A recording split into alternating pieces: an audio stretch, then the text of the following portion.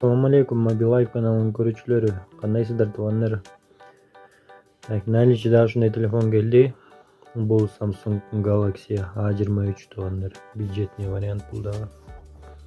Ушундай сетте. Ушундай состояниеда тугандар. Бул телефондун минусу тугандар, экран алмашкан.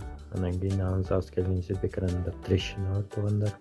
Анан кийин анысы да аз келгенсип каптамда кнопка иштебейт. Сим карта окуйт. Кичинекей балдарыңыздарга же болбосо оңдотуп алам дегендер болсо вариант. Бирок иштеши тугандар, ызыңкырмак. Эки жол эме касание алсаңыздар ушинтип ачылат. Эки жол касание алсаңыздар өчөт. Короче, телефондун зарядын өчүрбөш керек да. Телефондун зарядын өчүрө турган болсоңуздар кайра күйбөй калышы мүмкүн. Себеби кнопка иштебейт тугандар. Бул кнопкасын бир 300 сом тегерегинде таңдойт. Анан кийин экранда трещина мешает этпейт экен. Так колдоно берсеңиздер деле болот тугандар.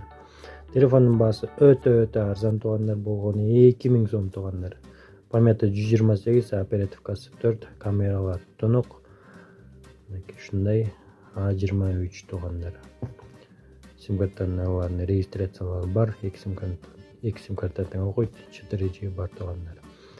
Чалырыңыздар 707 29 26 29 тугандар. Еще бул телефондо Samsung аккаунт бар экен тугандар. Samsung аккаунтту тиги сумга же 5 сарга барбай эле кантип үйдөн өчүрүп алганды дагы сиздерге айта кетейин тугандар.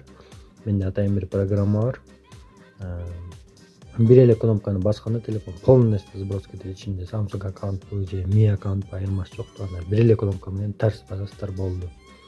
Кайра эметкенде ичинде Samsung аккаунт жок болуп калат тугандар. Ошо менен ичинде Samsung аккаунтты тазалап салам тугандар. Чалырыңыздар 707 29 26 29 тугандар. Чалыңыздар, жазыңыздар, эң видеодон көрүшкөнчө сак саламатта калыңыздар.